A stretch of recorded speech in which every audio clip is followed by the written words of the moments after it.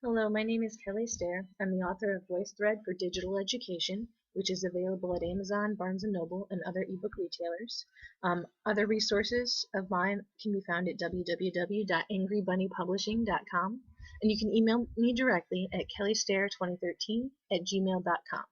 This is a webinar for creating guided reading texts. So we're going to be using an annotation tool called Scribble to create this this guided reading text. An annotation tool is software that helps you annotate or add critical information like explanations or comments to a document. I'm going to talk a little bit about annotation tools for just a second. You can add commentary or explanations to a document for better or deeper student understanding. And so instead of just giving someone a piece of text, you give them a piece of text with your annotations on it, which will help them understand it better. And that's the idea behind creating guided reading texts. There are a lot of things that students can do with annotation tools. We're going to be focusing on the top ones. They can see annotated texts with teacher notes for guided learning. That's what we're going to be working on. And they can access differentiated texts.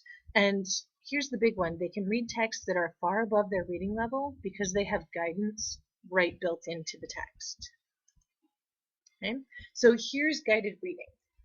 When you're guiding students in their reading, typically guided reading focuses on small group instruction, and this is a way to embed texts with that guided reading, so that you do not have to be there with them. Students can work independently on the text, but the scaffolding is already built in. So some of the things that you can build in to help students read are vocabulary, summaries. You can add questions that kind of direct them towards things. You can add "did you notice" statements or questions, and that kind of focuses them on key elements of the piece so they don't get bogged down in all the details. You can add "stop and respond," so if students just and scan all the way through and then get to the end and go, wait, I didn't get it, you can add that kind of guided piece in there, and you stop, all right, think about this, all right, now move on. You can add figurative language or rhetorical or text layout elements. So if you're pointing out places where the language is tricky or figurative, or places where there are particular text layouts or rhetorical devices that are being used, you can add those into your guided reading to kind of focus students on those. And you can also add connections. So you can add outside reading pieces or videos or just ideas, or have you seen this movie? Doesn't this remind you of? So you build those connections in so that students are making sense of the text. So basically you're going to have 3 reading levels with any given text, and we base the level on where the actual text is. So you have students that are going to be reading below the level of the text.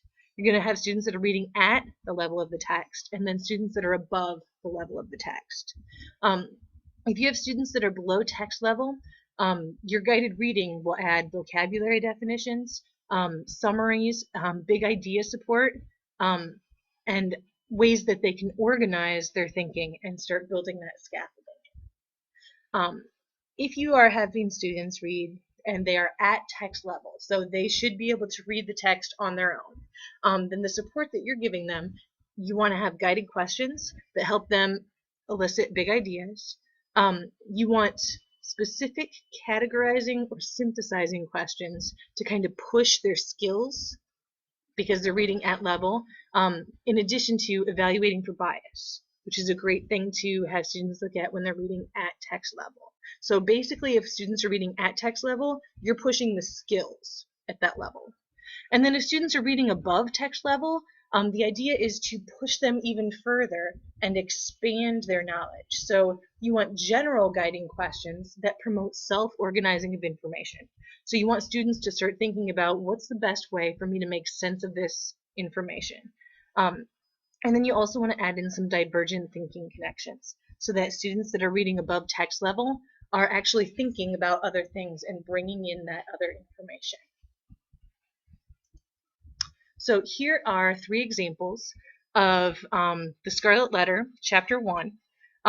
One is for below level students, one is for at level students, and one is for above level students. And so I will give you a quick overview of what those look like. So an example of the Scarlet Letter as a guided reading text for below level students. And I'm going to make it just a little bit bigger. And I know it's going to go outside of the lines a little bit, but that's okay. Got a piece in there that doesn't fit. Alright, so what Scribble does is it lets you add notes and highlights and all kinds of information to a website. So I've annotated the website for lower reading students. So if they're reading below the level of the text. Here are some of the things that I've added. I add a vocabulary list, and so any word that I think that they might not know, I just go ahead and define for them, and then I've highlighted it in the same color in the text. So if they get to a word and it's highlighted in purple and they don't know that word, they can immediately go up and find that word. For kids that are reading below the level of a text, you do not want them stumbling over vocabulary. They're going to have enough reading issues without having to worry about what are all these strange words that I don't know. So any word that I thought they might not recognize, I just define for them. Okay? I also add in a summary of every paragraph. And the reason that I do this is because I want students, if they're reading below level, I want them to read it, but then I also want them to recognize what they've read. And so if they read the paragraph and then read the summary and they're like, wow, I did not get that at all, then they can go back and read again, or they can at the very least understand what's going on because they've read the summary. Okay. Summary. Let's flip that one over on the side. I also add some figurative language identifiers in here. Okay, so in addition to identifying figurative language for them to help them out with that, I've defined it for them. So if I'm asking students to find metaphors and they don't know what a metaphor is, they can't do the task. So I'm defining things for them. It can be like a reminder. I might even, if I really wanted them to get deep into this idea of metaphors and similes. Most of my kids knew it, so it wasn't a big deal. But if I had a lot of kids that didn't, I might even add like a video link in there that just defines or describes metaphors and similes so that it can kind of teach them as we go. And that differentiates the text for them. And then I have a couple of questions that I'm asking them to think about as they're reading. And those questions in the orange are also linked over here. So it's orange highlighted over on the side. Okay, I do the same things with symbols. Oops. And then I ask them to do a little bit of writing at the end. And so that is for my below text level reading students. Okay. For at level students, it's a little bit different when I organize that text. Okay, so let's scroll up for a second.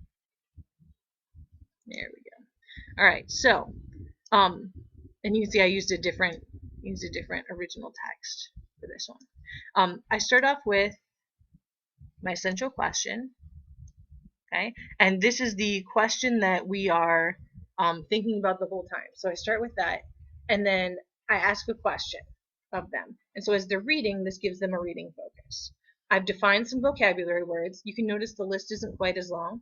I assume that they knew a little bit more, and that they can use context clues to figure out the rest. So I pulled the ones that I didn't think that they could use context clues to find the meaning of. I've got a pay attention to post-it. So everything in orange, I want them to pay attention to. Okay? And then a little bit on symbols, a little bit on foreshadowing.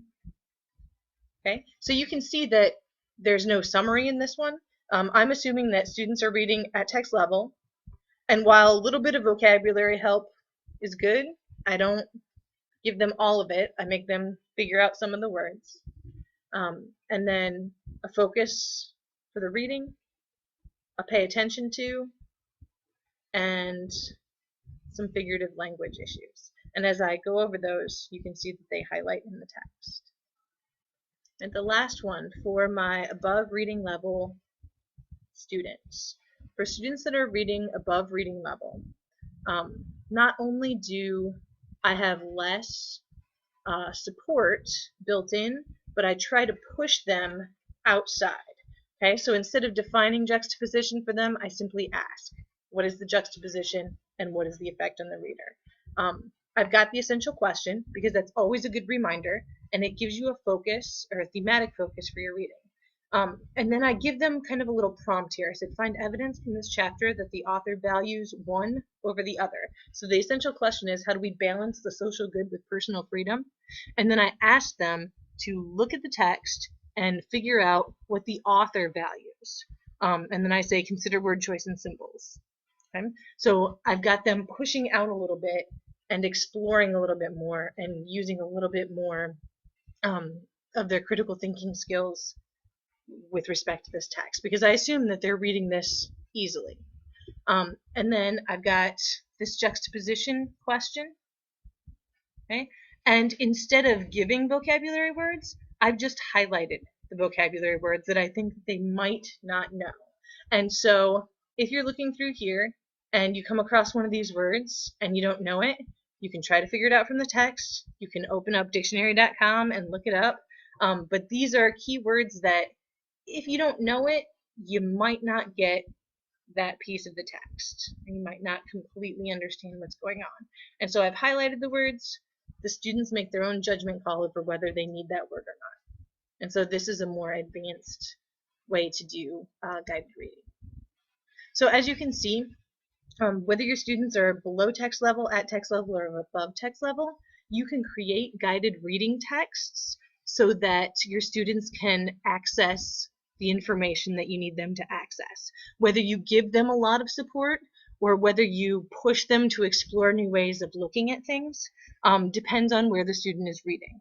I strongly suggest that everything can't be above reading level for kids. Like, they can't always be below the reading level of a text. Otherwise, they don't get a chance to really spread out and think about big issues. So if you have to use shorter pieces of text that are that make your students read at above that level, or they can read above that level, that's a good thing. It helps them grow and explore. So that is how you can use Scribble to create guided reading texts. If you enjoyed this workshop, you'll love my book, VoiceThread for Digital Education, which is available at Smashwords. At the Smashwords site, if you use the coupon code ND26A, you get 40% off through the end of October, and that's good for anyone. So feel free to share that coupon with other teachers on your Facebook page or your Twitter account. If you need an e-reader, Adobe Digital Editions is excellent and free, and so I strongly recommend downloading that one. It makes it look really nice. My book is also available at Amazon and Barnes & Noble. And other resources and workshops that I've done are available at www.angrybunnypublishing.com. Thank you.